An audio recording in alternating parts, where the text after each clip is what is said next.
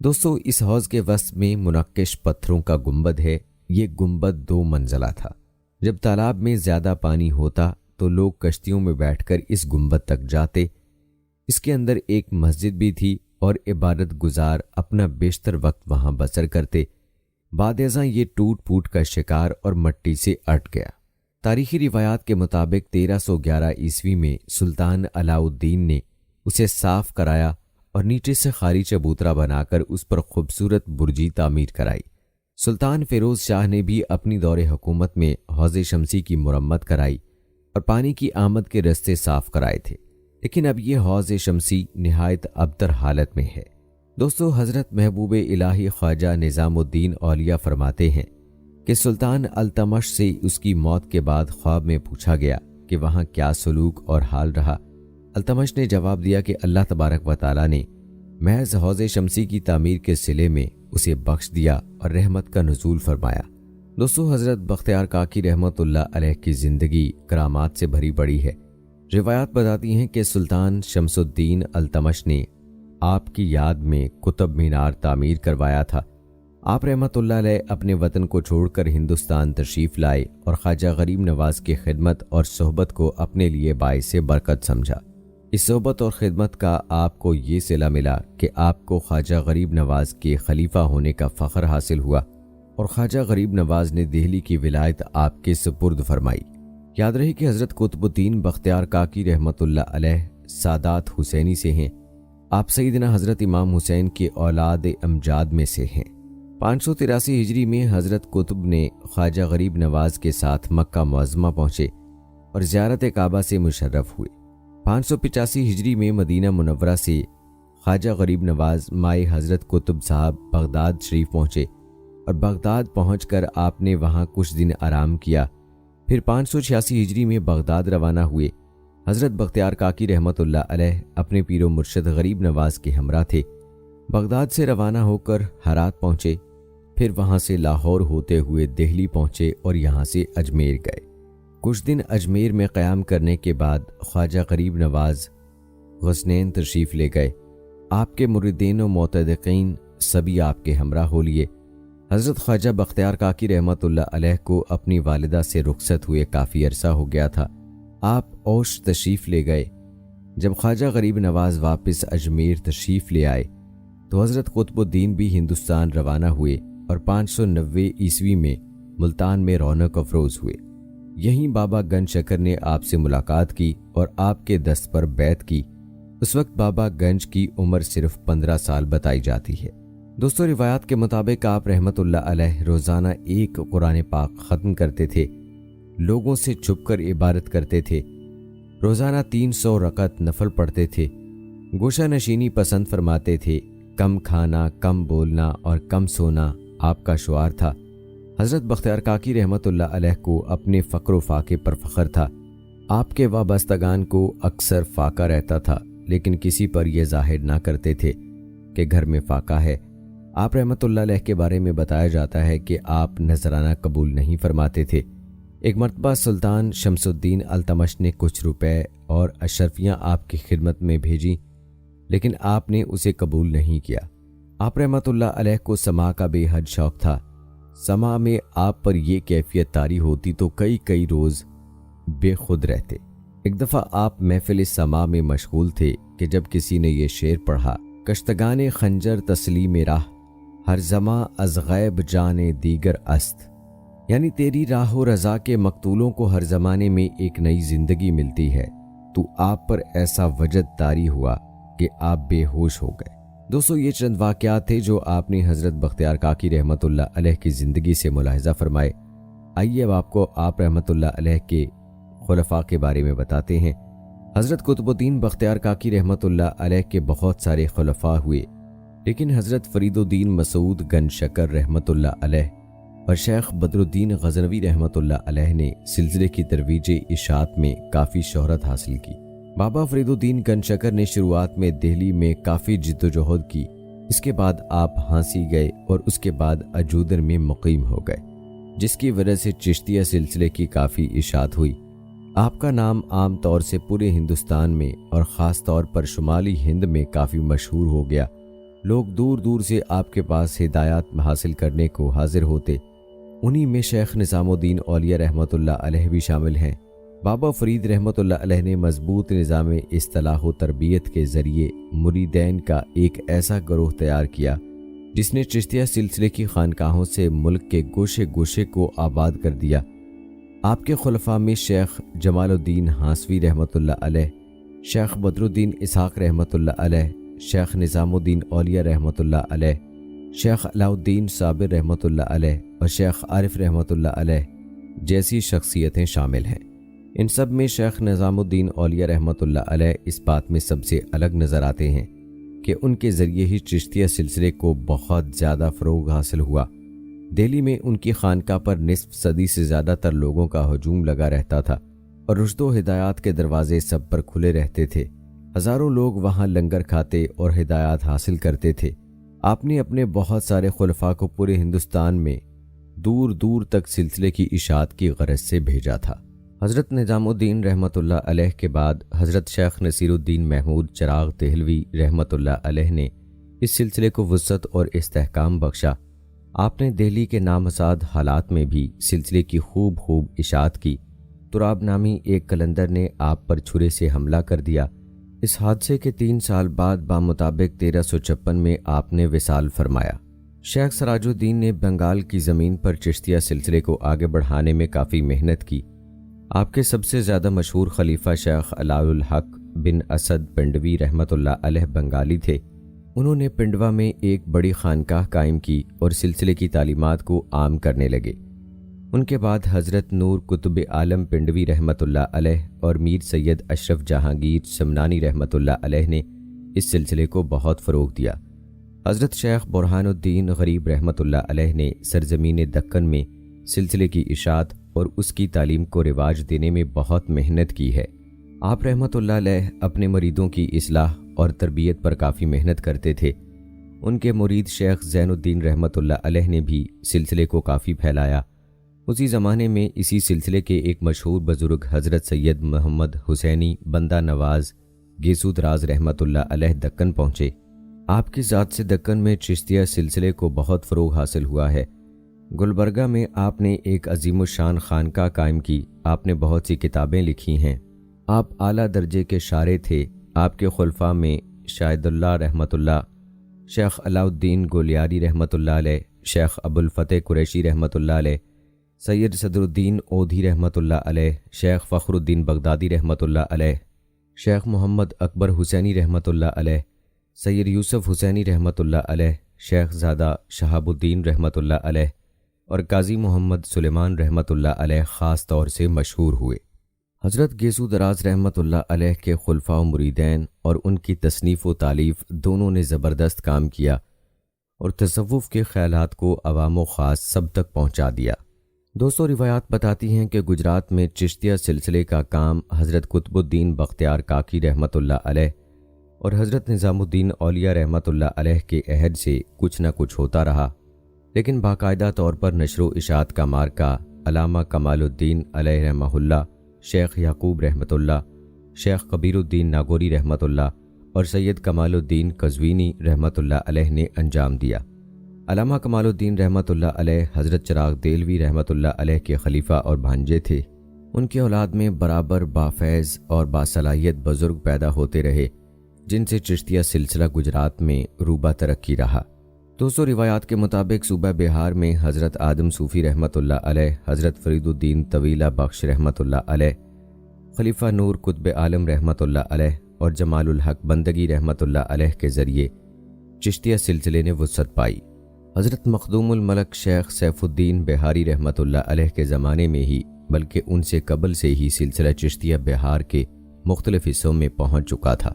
حضرت فرید الدین گن شکر رحمۃ اللہ علیہ کے مرید و خلیفہ حضرت خضر پارہ دوست رحمۃ اللہ علیہ نے چشتیہ جماعت خانہ قائم کیا تھا، جس کی یادگار کے طور پر بہار شریف کا محلہ چشتیانہ آج بھی آباد ہے۔ اسی طرح میر سید سادات شاہ یاسین رحمۃ اللہ علیہ، خلیفہ حضرت مولانا وجی الدین رحمۃ اللہ علیہ، ابن نصر اللہ العلوی رحمۃ اللہ علیہ نے سلسلہ چشتیہ کی بھی زبردست اشاعت کی، اور آپ کے بعد آپ کے خلیفہ حضرت مولانا شہباز رحمۃ اللہ علیہ بھاگلپوری نے بھی سلسلہ چشتیہ کو مضبوط بنایا۔ عظیم آباد اور پٹنہ کے علاقوں میں مختلف خانقاہیں اور دیگر سلاسل کے علاوہ چشتیہ سلسلے کے فیضان سے شاد آباد رہیں۔ یہاں چشتیہ سلسلہ ابو العلایا کی صورت میں بہار کی مختلف خانقاہوں میں پہنچا۔ دوستو، سلسلہ چشتیہ کی دوسری مضبوط شاخ صابریہ کہلاتی ہے۔ حضرت مخدوم علی احمد صابر کلیری رحمۃ اللہ علیہ کے ذریعے سلسلہ چشتیہ کا کام نہ پھیل سکا۔ شیخ صابر کلیری رحمۃ اللہ علیہ کے جانشین شیخ شمس الدین ترک رحمۃ اللہ علیہ تھے۔ وہ مرشد کے حکم کے مطابق پانی پت میں ہی تلقین و ارشاد کرتے رہے۔ ان کے بعد شیخ جمال الدین پانی پتی جانشین ہوئے، جن کے 40 خلفاء تھے۔ ان کی خانقاہ رودولی شریف میں ہے۔ شیخ کلیم اللہ دہلوی نے دہلی، دکن، پنجاب، ملتان، تونسا، چاچڑا کوٹ اور مٹھن وغیرہ میں چشتیہ سلسلے کی زبردست اشاعت کی۔ انہی کے ایک عزیز و مرید خلیفہ شاہ نور محمد مہاروی رحمۃ اللہ علیہ نے پنجاب میں چپا چپا پر چشتیہ سلسلے کی خانقاہیں آباد کروائیں، اور شاہ فخر الدین رحمۃ اللہ علیہ کے ایک اور خلیفہ شاہ نیاز احمد بریلوی رحمۃ اللہ علیہ کے ذریعے بھی اس سلسلے کا بہت فروغ ہوا۔ انہوں نے روہیل کھنڈ میں اپنی خانقاہ بنائی۔ دوستو، یہ تھا مختصر تذکرہ سلسلہ چشتیہ اور حضرت بختیار کاکی کے خلفاء کا۔ آئیے اب آپ کو بختیار کاکی رحمۃ اللہ علیہ کی خاص وصیت اور ان کی وفات اور جنازے کے بارے میں بتاتے ہیں۔ روایات کے مطابق آپ رحمۃ اللہ علیہ نے اپنی خلافت مائے خرقہ، عصا، مسلح اور نالین کے جو معین الدین چشتی رحمۃ اللہ علیہ سے ملا تھا، وہ شیخ فرید الدین گن شکر کو پہنچا دیا، اور خود 14 ربیع الاول 634 ہجری بمطابق 27 نومبر 1235 عیسوی کو دار فانی سے کوچ کر گئے۔ دوستو، روایات بتاتی ہیں کہ جب حضرت قطب الدین بختیار کاکی رحمۃ اللہ علیہ کی وفات ہوئی تو ہندوستان بھر میں کوہرام مچ گیا۔ جنازہ تیار ہوا اور اسے ایک بڑے میدان میں نماز جنازہ پڑھنے کے لیے لایا گیا۔ مخلوق خدا جنازہ پڑھنے کے لیے نکل پڑی تھی۔ انسانوں کا ایک سمندر تھا جو حد نگاہ تک نظر آتا تھا۔ یوں معلوم ہوتا تھا کہ ایک بکھرے ہوئے دریا کی مانند یہ مجمع ہے۔ جب نماز جنازہ پڑھانے کا وقت قریب آیا تو اچانک مجمع میں سے ایک آدمی آگے بڑھا اور مجمع کی طرف رخ کر کے کہنے لگا کہ میں حضرت قطب الدین بختیار کاکی رحمۃ اللہ علیہ کا وکیل ہوں۔ مجھے حضرت رحمۃ اللہ علیہ نے ایک وصیت کی تھی، لہٰذا میں اس مجمع تک حضرت مرحوم کی وہ وصیت پہنچانا چاہتا ہوں۔ مجمع سننے کے لیے خاموش ہو گیا۔ دوستو، آپ رحمۃ اللہ علیہ کی وصیت کیا تھی، ذرا غور سے سنیے۔ وکیل نے کہا کہ خواجہ قطب الدین بختیار کاکی رحمۃ اللہ علیہ نے مجھے یہ وصیت کی تھی کہ میرا نماز جنازہ وہ شخص پڑھائے جس کے اندر 4 خوبیاں موجود ہوں۔ پہلی خوبی، تمام زندگی میں اس کی تکبیر اولیٰ کبھی قضا نہ ہوئی ہو۔ دوسری خوبی، اس کی تہجد کی نماز کبھی قضا نہ ہوئی ہو۔ تیسری خوبی، اس نے زندگی میں غیر محرم عورت پر کبھی بھی بری نظر نہ ڈالی ہو۔ چوتھی خوبی، وہ اتنا عبادت گزار ہو حتیٰ کہ اس نے عصر کی سنتیں بھی کبھی نہ چھوڑی ہوں۔ لہٰذا جس شخص میں یہ 4 خوبیاں موجود ہوں وہ میرا نماز جنازہ پڑھائے۔ جب حضرت بختیار کاکی رحمۃ اللہ علیہ کی یہ وصیت مجمع کو سنائی گئی تو مجمع پر سناٹا چھا گیا۔ مجمع ایسے ساکت ہو گیا جیسے اسے سانپ سونگھ گیا ہو۔ لوگوں کے سر جھک گئے۔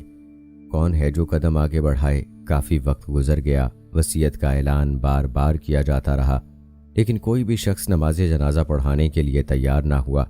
لوگ آپس میں چہمگوئیاں کرنے لگے کہ حضرت بختیار کاکی رحمۃ اللہ علیہ کی ان شرائط کے ساتھ کوئی بھی حضرت کا جنازہ نہیں پڑھا سکے گا۔ دن اپنے اختتام کی طرف بڑھنے لگا تو ایک شخص روتا ہوا آگے بڑھا۔ حضرت قطب الدین بختیار کاکی رحمۃ اللہ علیہ کے جنازے کے قریب آیا، جنازے سے چادر ہٹائی اور کہا، حضرت آپ خود تو فوت ہو گئے لیکن میرا راز افشاں کر گئے۔ اس کے بعد بھرے مجمع کے سامنے اللہ کو حاضر ناظر جان کر قسم اٹھائی کہ الحمدللہ میرے اندر یہ 4 خوبیاں موجود ہیں۔ لوگوں نے حیرانگی سے دیکھا، یہ وقت کے بادشاہ شمس الدین التمش رحمۃ اللہ علیہ تھے۔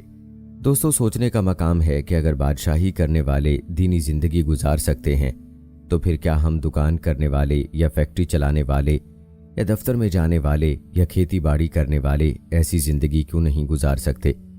دوستو، آئیے آپ کو حضرت خواجہ بختیار کاکی رحمۃ اللہ علیہ کی درگاہ کے موجودہ حالات کے بارے میں بتاتے ہیں۔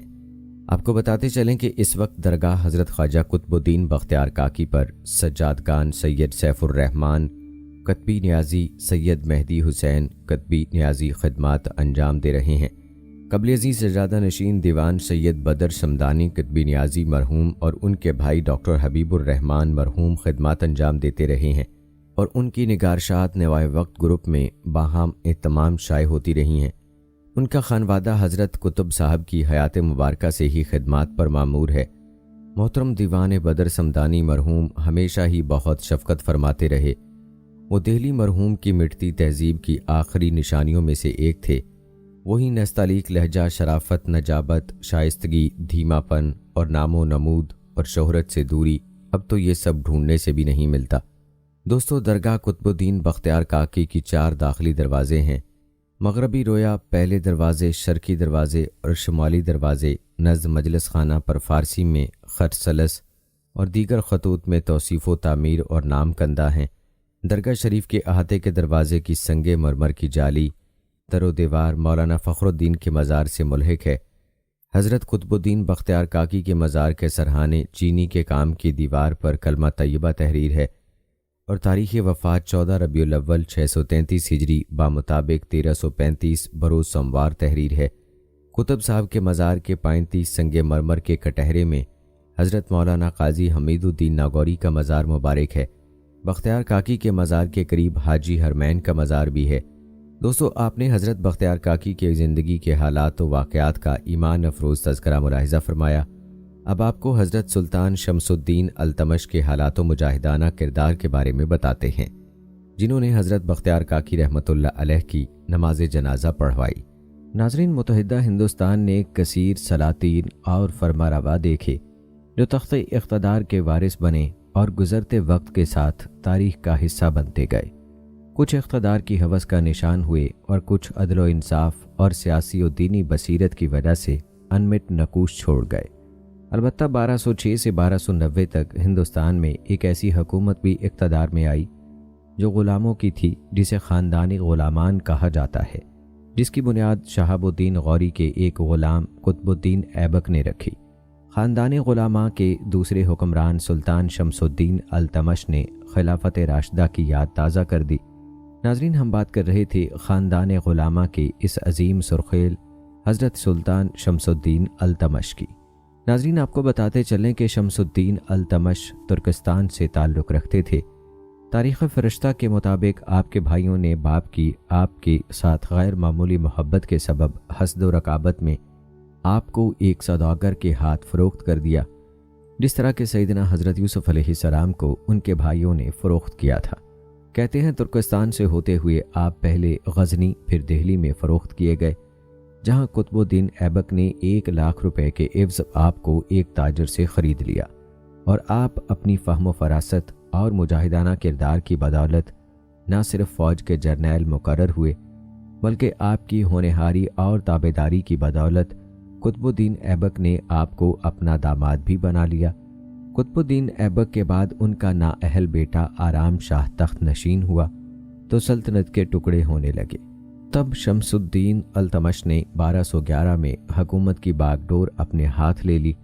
اقتدار سلطنت اپنے ہاتھوں لینے کے بعد آپ کو کئی شورشوں اور بغاوتوں سے نبرد آزما ہونا پڑا، جن میں فتح و نصرت آپ کا مقدر بنی۔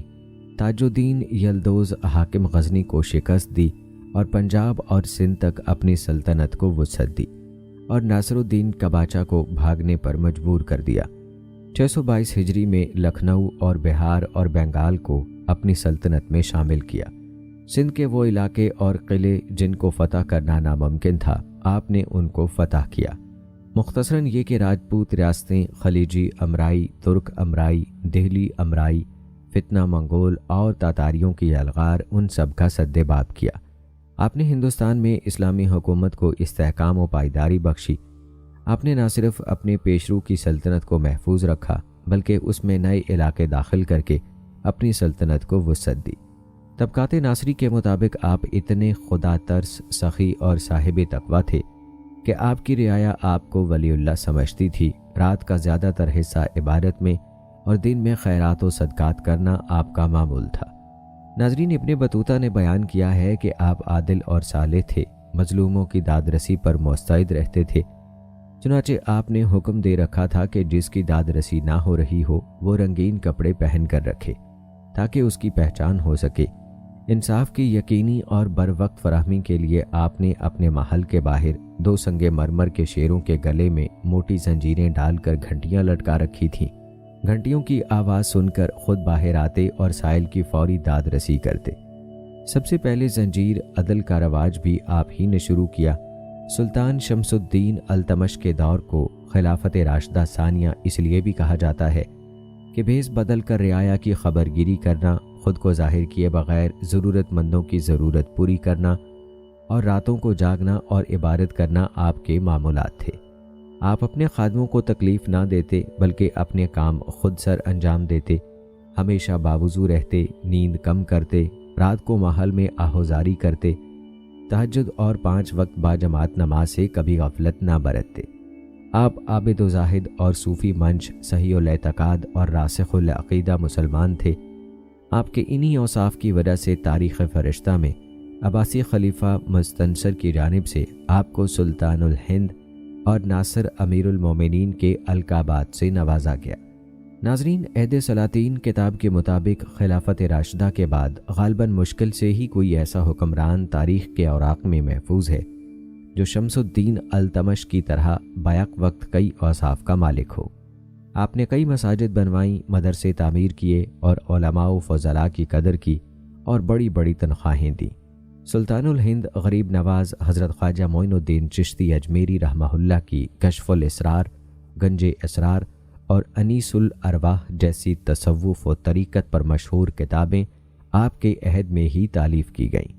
ناظرین، اسی طرح جامع الحکایات اور طبقات ناصری کے مصنف قاضی منہاج بھی آپ کے زیر سایہ تھے۔ مسجد قوت اسلام اور قطب مینار کو آپ کے دور میں مکمل کیا گیا۔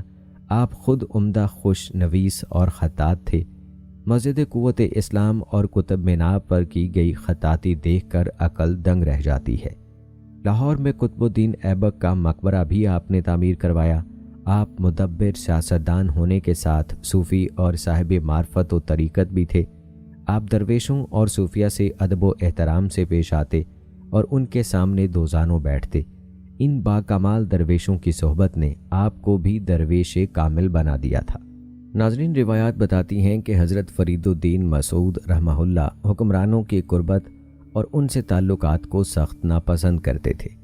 یہی وجہ ہے کہ وہ کسی کے دربار میں جاتے تھے اور نہ ہی کسی بادشاہ یا حاکم کو خود کے قریب ہونے دیتے۔ وہ حکمرانوں اور دولت مندوں سے قربت کو صوفی کے لیے زہر سمجھتے۔ اس معاملے میں اس قدر سخت رویہ تھا کہ اگر کوئی بزرگ کسی حاکم سے ملاقات کر کے آپ رحمہ اللہ کے پاس آتا تو اسے ملنے کے بعد غسل کر کے کپڑے تبدیل کرتے۔ دوسری طرف حکام اور عمراء آپ رحمہ اللہ کی زیارت اور صحبت کے طالب رہتے۔ آپ رحمہ اللہ کی خدمت میں ہدیے بھیجتے اور جاگیر دینے کی پیشکش کرتے۔ ایک بار غیاث الدین بلبن آپ رحمہ اللہ کے پاس حاضر ہوا اور بادشاہ کی جانب سے نقد رقم کے ساتھ 4 گاؤں کے کاغذات بھی خدمت میں پیش کیے تاکہ ان کی آمدنی سے آپ کی گزر اوقات ہو سکے۔ آپ رحمہ اللہ نے نقدی تو فقراء میں تقسیم کر دی جبکہ جاگیر کی دستاویزات واپس کر دیں۔ ناظرین، روایات بتاتی ہیں کہ بابا فرید رحمہ اللہ کی پوری زندگی غربت میں بسر ہوئی، یہاں تک کہ کئی روز تک کھانے کو کچھ میسر نہ ہوتا۔ جب ملتان میں پڑھتے تھے تو اس وقت کپڑے کئی جگہوں سے پھٹے رہتے جنہیں بڑی مشکل سے سنبھالتے تاکہ پردہ رہے۔ پاک پتن میں ڈیرا ڈالا تو پیلوں کے، جس کی لکڑی مسواک کے لیے استعمال ہوتی ہے، ابلے ہوئے پھلوں میں نمک ڈال کر خود بھی کھاتے اور فقراء کو بھی کھلاتے۔ خواجہ نظام الدین اولیاء کا ارشاد ہے، جس روز ہمیں ڈیلے یعنی پیلو پر لگے چھوٹے چھوٹے پھل پیٹ بھر کر کھانے کو ملتے، وہ ہمارے لیے عید کا دن ہوتا۔ روایات کے مطابق درمیان میں کچھ عرصہ کشادگی رہی، رات بھر کھانا پکتا اور آنے والوں میں تقسیم ہوتا رہتا، مگر آخری دنوں میں ایک بار پھر تنگی لوٹ آئی۔ جب انتقال ہوا تو گھر میں اتنے پیسے نہیں تھے کہ کفن خریدا جا سکے۔ ایک خاتون نے دھلی ہوئی سفید چادر دی جو آپ رحمہ اللہ کے جسم اطہر پر ڈالی گئی۔ ناظرین، یہ ایسے شخص کے حالات ہیں جس کے ایک اشارے پر حکمران اور عمراء پیسوں کا ڈھیر لگانے کو تیار تھے، مگر اس نے اپنی ذات کے لیے کسی سے کوئی فائدہ نہیں لیا۔ روایات بتاتی ہیں کہ آپ رحمہ اللہ نے زندگی کے آخری 20 سال پاک پتن میں گزارے، جس کے دوران ہزارہا افراد نے آپ رحمہ اللہ کے ہاتھ پر گناہوں سے توبہ کی